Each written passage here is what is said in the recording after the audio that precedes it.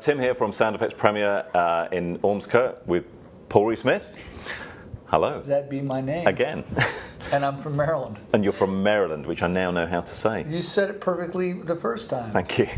I want to talk to you about three things today, if I may. Wow. The modern Eagle. Yeah, what about it? And maybe recreating it in some way, but I'll come to that in a moment. The SC594. We make a version of this guitar. We're going to make another one. Okay. And the Beatles I want to talk to you about. I know a lot about the Beatles, actually. I know you know a lot about the Beatles, but you haven't experienced enough yet, in my mind. You've never interviewed me about what my experiences with the Beatles are. We will in a moment. All right, let's go for it. So can we talk about this one first of all? So this is, I don't know about in the USA, but in the UK of second-hand PRSs, these are kind of holy grail territory. Everybody absolutely loves them. They trade very well. Yeah. And I've kind of had the idea, and we've done a lot of the work yesterday on this, of doing a little bit of an update to it in private stock format, because it's our 10th anniversary this year. We can make all these in private stock you want. Well, we're going to do it slightly differently. I just wanted to get your opinion on it. We're going to do 594s in the original Modern Eagle colours. That's fine. In satin. Yeah, fine. With Brazilian rosewood necks. Or East Indian, either one's fine. You won't hardly hear the difference. No? No. The Brazilian necks, we get them, but East Indian rosewood necks, we have more of them. We also have a new kind of wood called Honduras rosewood, which they make marimbas out of. I think sounds better than all of them. Ah. Why do people go for Brazilian then? Is it just a thing? Because, first of all, it's very musical. It's what they used on the 50s Strat fingerboards and Les Paul fretboards. It's normal.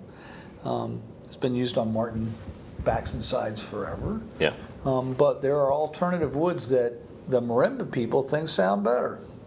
Are you just hedging your bets in case it runs out Brazilian? I'm not hedging my bets at all. I did a huge amount of research around this when the first Brazilian rosewood thing happened.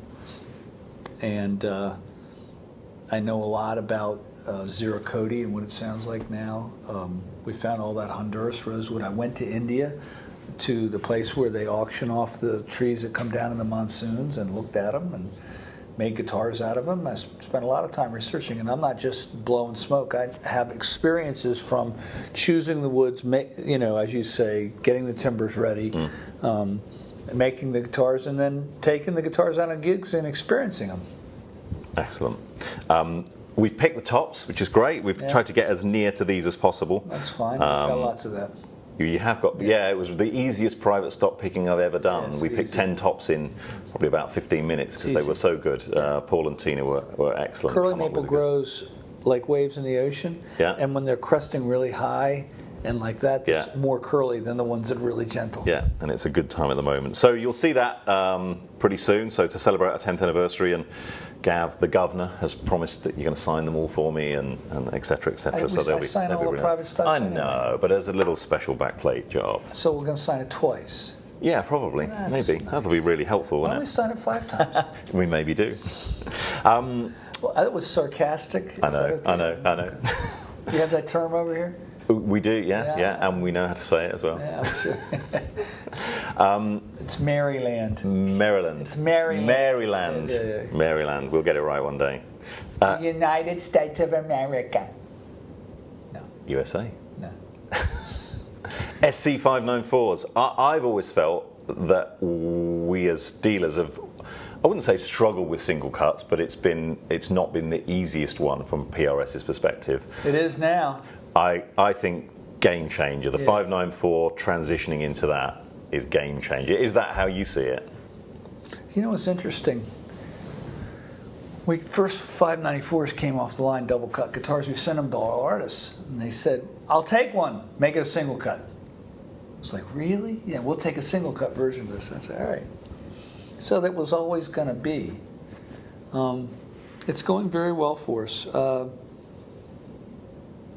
Even the name comes from the scale length, It seems to be going well. How do you see sales of single cut compared to double cut 594s and custom 24s in, say, 2018? How do you think see it spreading? 50-50.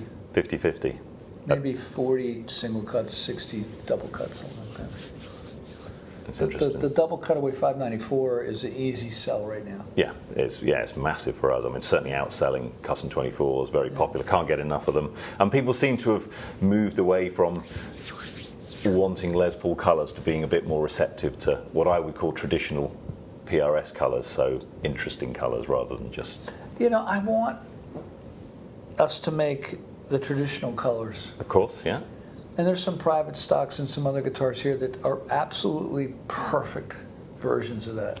But in general, my place gravitates to more colors that are... I mean, that's not something that came on a 50s guitar, right? Nope. I mean, I was like, are you kidding? A charcoal guitar with an orange-red burst? Yada, you mind? Yada, you mind? Right? But it's become... Wonderful. It's wonderful, yeah. This is a fade. This was not this color when it was made. This was a blue guitar that's faded. And I've often wondered that because it's faded blue jean. Should it have been called likely to fade blue jean? Okay. Because faded implies past tense, but they do, and that's fine. Well, now people want them that way as they come out of the case. They want them started like that, yeah. Look, aniline dyes change color. If you have a couch in your living room and the sunshine comes in, where the sunshine hits it, it's going to lighten. What's interesting about stones, you have orange stone, it's not organic, so the light doesn't change its color, but anything that was organic seems to change colors. Do you know which ones are going to fade when you design the colors? No, I thought that the blue would be hold fast. I would think that the reds would hold fast, but even with old Les Pauls, the red sunbursts have turned into a gray. Yeah. Yeah, I mean, they faded, right? But the yellow didn't fade, so the yellow's more color fast than the red. Yeah. But it makes for a wonderful guitar over time, though, doesn't it? I mean, people sent them back in the beginning and said it faded, fix it. Yeah. And then all of a sudden, whoa, make me one like that, make me one like that, yeah. And leave that alone, right? Well, I think we're going to start with how it was originally, and they can naturally fade over time. However you wish to do it. That's the best way to do it. However you want. The Beatles. What about the Beatles? I know a lot about them. I know you know a lot about the Beatles, but we went out to dinner in Ormskirk a couple of years ago, and you said, take me to John Lennon's house.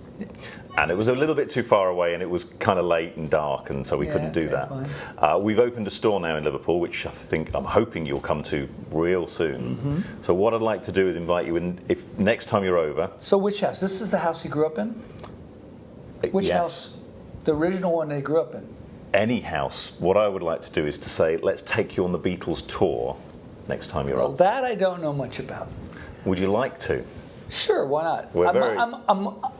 I'd be way more interested in going to Abbey Road and seeing the mics that they used and where they sat and where Blackbird singing that other night. I'd like to see that they used. I know what mic they used for that. And, I had a guy in store 2 weeks ago, and we did a little video not published yet, and I'd been wanting to video it for a little while. So his story is that he went to art school with Lennon and McCartney, and they said to him, would you like to join our band as a bass player? He went upstairs with them, and he listened to some of their music, and they were getting the imports at the time, very sort of rock and roll imports, and he just did not like the music. So he declined politely and said, I don't want to join. And they said, well, as a favour, would you teach this guy Sutcliffe to play bass for us? And he said, I will, in return for, they managed to blag the art college to buy them a Hofner President bass and an amplifier if he could measure the Hofner President bass so he could make his own. So the deal was he taught Sutcliffe to play 3 songs, and he got to measure the bass. They then disappeared off to Hamburg, and as they say, the rest is history. And that guy turned down the Beatles. It's never been documented on video before. It's been in books and twisted and things, but this guy is a real guy. And he was a professional musician all his life, and he says he's quite glad he didn't join because he's had an anonymous life rather than what they experienced. So we can show you things like that in Liverpool, you see. If he didn't like the music, it was a good decision because then he would have been at odds with them the whole time. Correct. And that's not an enjoyable life. Yeah. Although that's not what they ended up playing, of course, so it could have been. Yeah, but he would have been He ended up as a cabaret artist all his life, so probably playing Beatles songs. That's fun. Wow, you don't know that. He may have loved the songs, who knows? I mean, there's probably 5 more interviews there, right? Probably is, Probably, yeah. I'm very interested in Lennon's interview in Playboy magazine about what the basis of each of the tunes were. Did you ever read it? No. Oh, I don't read Playboy magazine. Okay, well, I don't really give a crap what magazine it was in. This was an interview. Yeah. Where they asked him about where all these tunes came from, you know, that Paul had the whole thing, but he couldn't come up with the middle 8, and he threw it at me, and I gave it back to him, and he goes, oh, yeah. I mean, they needed each other's help. Yeah. And I don't know whether this story's true, but I love the story. Even if it's not true, it's the basis of kind of, they had a deal, they would write a song a day. And so they go to each other's house and, you know, do that. One morning they were coming up with Snake Eyes, you know, nothing. They couldn't get anything. And on the TV it says, "Good day, sunshine." You know, and we're done. Yeah. Oh, and you know, there it is. Wow. Very creative. And I've seen the filming of Paul McCartney recording Blackbird, and it's fascinating. To watch the meter in his body, watch his foot going up and down, watch, you know, all the stuff that was going on. And I've had some friends tell me some Harrison stories, some private Harrison stories, and I've spent a lot of time listening to all the music. And I think one of the most fascinating stories for me was the story about the solo in Taxman. Did you ever read that? Well, why don't you go study that one? That's okay. A fascinating one. George was having a little trouble with the solo of his own tune, and they gave Paul a shot at it. As the story goes, Paul got it in the first take. Yeah. He was a bass player, right? Yeah. And George says, "Oh shit, I'm in a band full of geniuses." A band full of geniuses. Go watch George Harrison sing in the video of the Traveling Wilburys, and when he goes up to the mic, it'll take your breath away. I mean, it's stunning, the sound of this man's voice, you know. And on Revolver, I think they gave him 3 songs instead of his normal 1, right? Wow. I mean, there's so much stuff that I just find fascinating about all of it. If you could have a dinner with a Beatle, which one would you choose? Well, first it would be John. Only one, so John.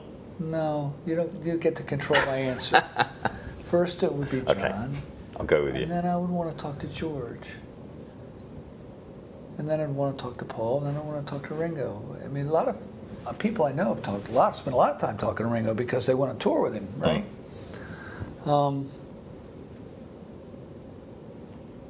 I have a copy of Real Love in his handwritten of the words on the wall in my studio.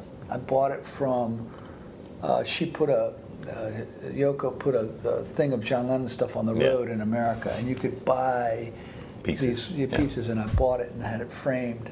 God, what a gem. Have you ever read the words? But you know, I don't think I have. That's beautiful. I shall make a point. It's beautiful. You know, the Songwriters Association of the World voted "In My Life" the greatest song ever written. Wow. Not bad going. I mean, you know, there's so many stories about where these tunes came from, but that one interview where they asked him about every tune and where it came from, wow. Just, oh my God. Did it spoil any of the tunes for you? Oh no, made them even more interesting. Yeah. No, it was awesome. Where did Happy Birthday come from? I mean, you know, say it's your birthday. Where did all these tunes come from? He answered every question. Yeah. And they were cognizant, grounded, great answers about what had happened. So, final question for you. Why is this so popular? Because it's a good guitar. Because it works. It works because? Because it works. Just because it works. Well, you've heard it there. It works, and hopefully our 594 replicas will equal it plays work in as tune, well. It stays in tune. You can get a musical sound out of it. It's the right weight. It feels musical when you play it. It rings. It's ringing. I've never even played this guitar touching before, and I know it does that. Yeah. It makes all this Still going. I can feel it. Yeah, it's making a racket, right? There you go. Brilliant. Thanks, Paul. Nice All right, to speak to you. perfect.